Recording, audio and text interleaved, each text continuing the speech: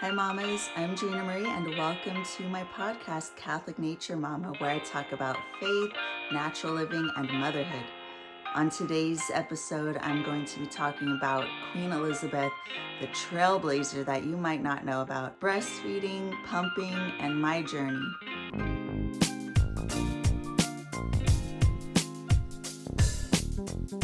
So last week on September 8th, Queen Elizabeth died. She reigned for 70 years, almost 71 years, the longest in British monarch history and the longest reign for any female head of state in world history. It's amazing. This female powerhouse she's so cool, not just for her British royalty and politics, and she was a big celebrity in Britain. Even here in the States, people love to follow the gossip of the monarchs of Britain. But she was actually a trailblazer in the world of breastfeeding, and I have to give her major props for this. So cool. I didn't know about this until recently. And by the way, September 8th, the day she died, was also when the Catholic Church celebrated the birthday of our Queen Mother, that is the Virgin Mary, September 8th. And the Catholic Church only celebrates 3 birthdays in the liturgical calendar. Of course, Christ's birthday, Christmas, St. John the Baptist, and the Virgin Mary. And as I heard it explained by a priest before, the Church celebrates the birthday of Mary and Christ and John the Baptist, but Mary in particular, he was talking about Mary. He said the church celebrates her birthday because we need to understand Mary was a human, just like all of us. And so the church celebrates her birthday into this world because, like all human beings, we are born and we die. And I mean, the Virgin Mary was assumed body and soul into heaven. And one day we all hope that our bodies will be assumed into heaven. We die, our bodies decay here, but we know at the second coming, the end of the world, all the faithful will go into heaven. Their bodies will be reunited with their souls. So with Mary and her birthday, even some Catholics who are very ill catechized, poor information, they don't know their faith, they might think the Virgin Mary is some kind of deity. And then there are people who are not Catholic who have this idea that the Virgin Mary is a deity. And feminists who are like, the goddess, she's a goddess. No, she is just a simple human being like the rest of us. And she happened to be chosen to be the mother of God. But the fact that we celebrate her birthday, I think it's so wonderful to contemplate this mystery that this young woman, human, like flesh and blood, and she chose to receive this beautiful gift from God, daunting and frightening, but beautiful, and she trusted. And she's an example for us to trust. God has great things in store for us. He's asking of us great things. Are we willing to say yes? Fiat, be it done unto me. So I think that's why the Catholic Church celebrates the birthday of the Virgin Mary. And so we also call the Virgin Mary, she has many titles: Guadalupe, Fatima, Our Lady of Lourdes, Our Lady of Good Help, Queen of Heaven, Queen of Angels. So Mary, our Queen and Mother. And then Queen Elizabeth II died on this feast day. With all the news coming out about the Queen, and I don't really follow British royalty. I know it's a popular topic for a lot of people here in the States even, but I don't know much about what's going on with the royal family. But I do know that Queen Elizabeth was a trailblazer. I just learned that she was a trailblazer for breastfeeding. So traditionally, the royalty, they did not breastfeed their children. And this is because for centuries, the monarchs, the women were seen as the queens. They had to produce heirs to the throne, and they couldn't do that if they're delaying their ability to conceive. And breastfeeding, it releases some chemicals and hormones in our body, and it postpones our ability to resume our period and get pregnant. And so the monarchs would basically act as baby making machines, if you will, because in the old days, death was common for stillbirths was common, young babies dying, disease, it was precarious. And so in order to procreate a, an heir to the throne, they had to be on the safe side and just make as many children as they could. So the queens gave this duty of breastfeeding to what they called wet nurses. So these were mothers, women who had babies of their own and were still able to produce milk. So the queens handed off their babies to these wet nurses. And Queen Elizabeth, she was cool. She had read things. I think she did her research, but also she was a mother and she wanted to feel that connection with her children. And so she breastfed every single child of hers. And I just think that is such a wonderful example. And she led the way for Princess Diana and Kate Middleton to breastfeed their children. And it's an example for many women around the world, because many people look to the Queen as an example of how to live. The fact that the Queen was nursing her children made it okay for others to nurse their children. And in those days, with baby formula, it was really starting to come to the fore.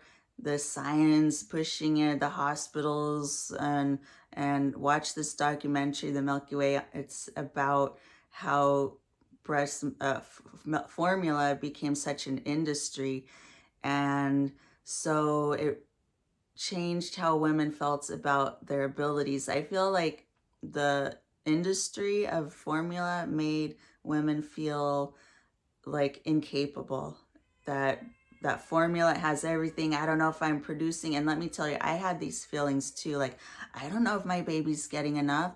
I don't want to starve my baby. I better give my baby bottles.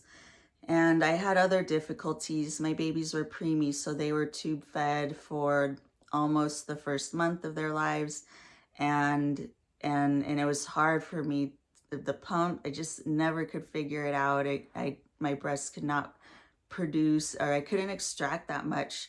And I'm like, if this is all I'm pumping, if I feed my baby this, they're gonna starve.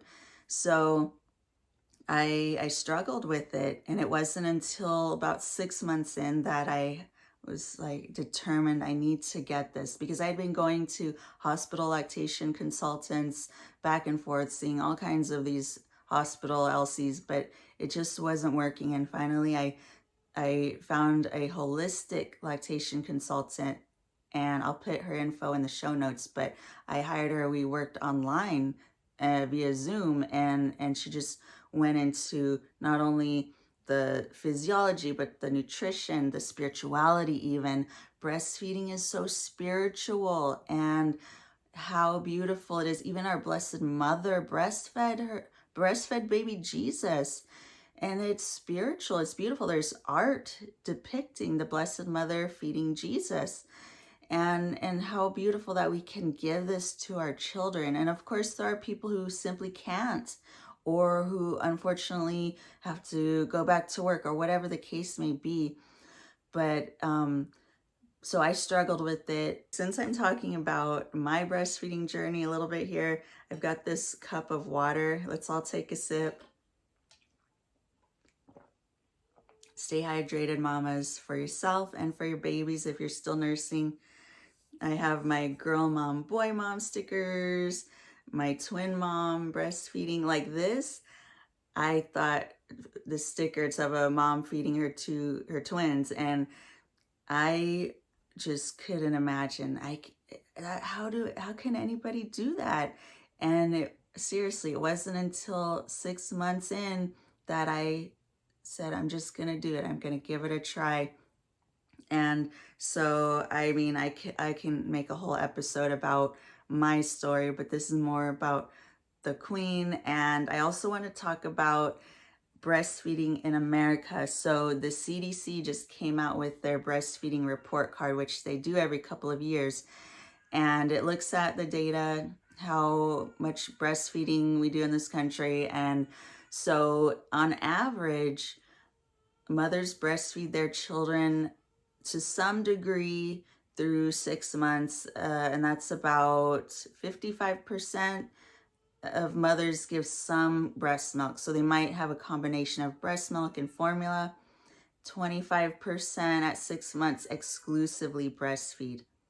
And for myself, I had a very narrow window of exclusive breastfeeding, because by the time I was able to breastfeed and get rid of the bottles, the babies were already 6 months or so.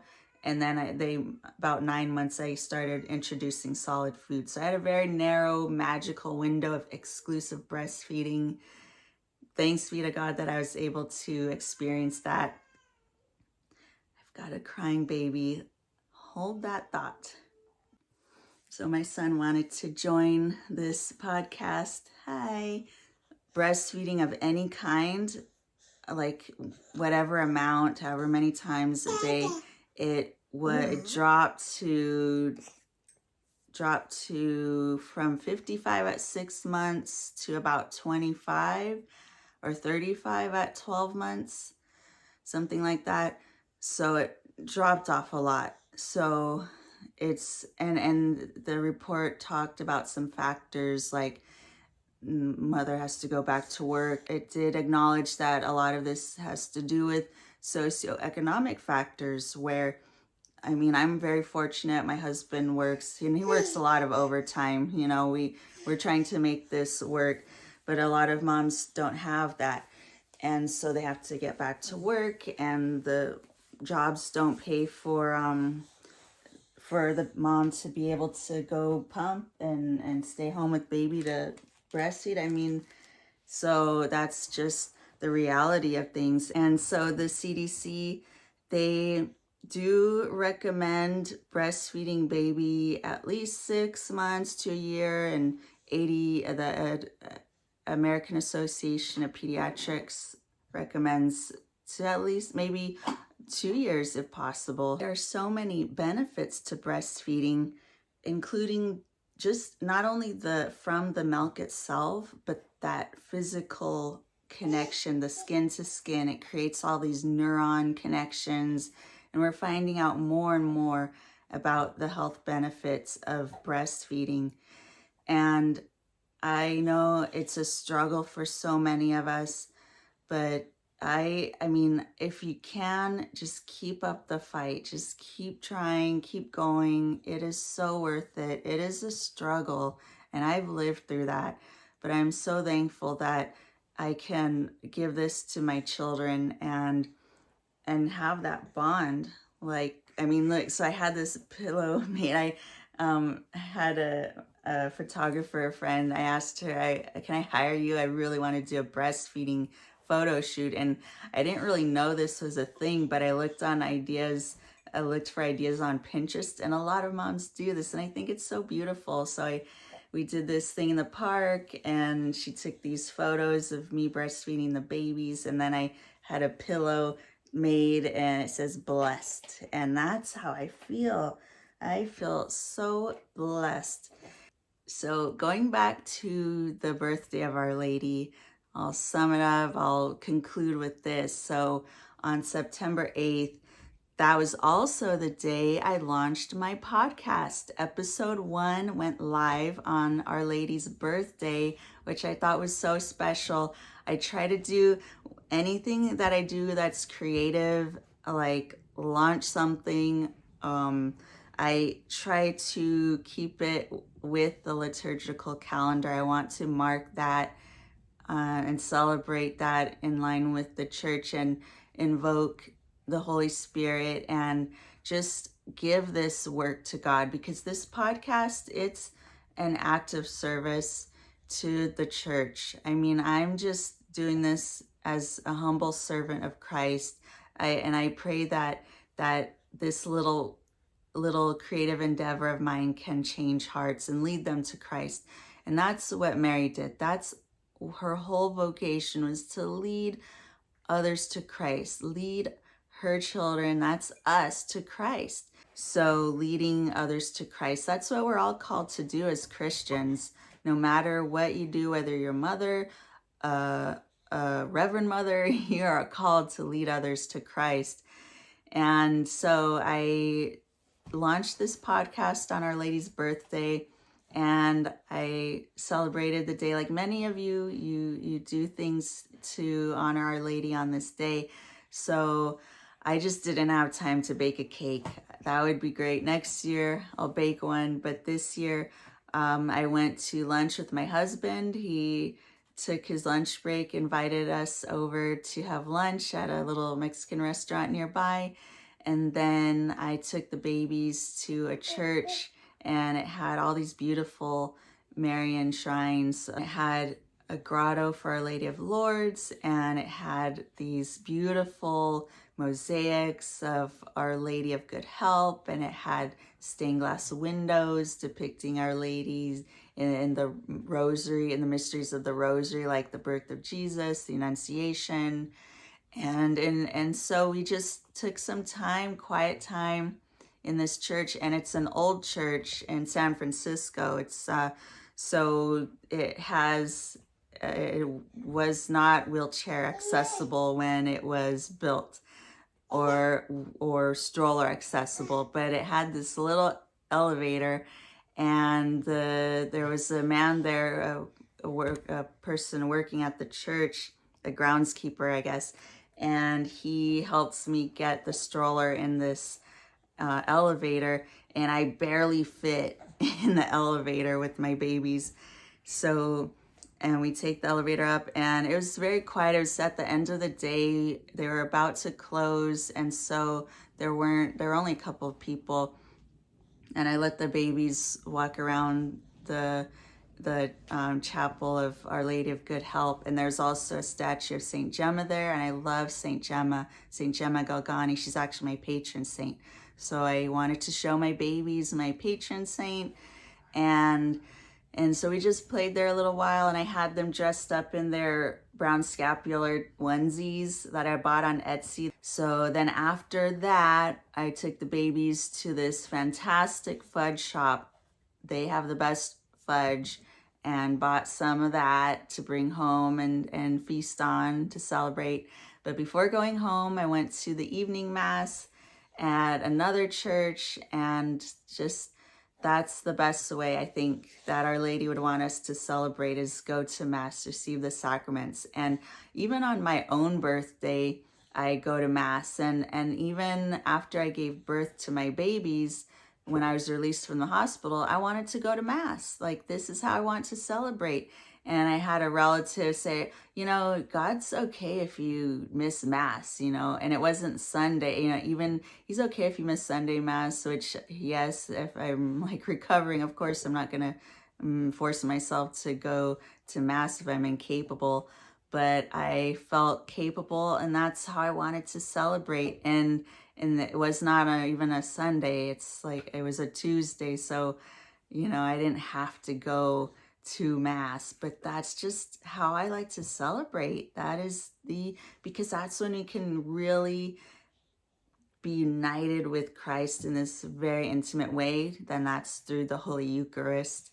And how special is that? I mean, think about when you come together with your husband, and aren't those very special, sweet moments? And why would you want to say no to that? There are many times where I'm like, can we just not tonight? Or like, I have a headache. But yeah, with our Lord, let's not make excuses. Let's give him all the time in the world, everything that we can.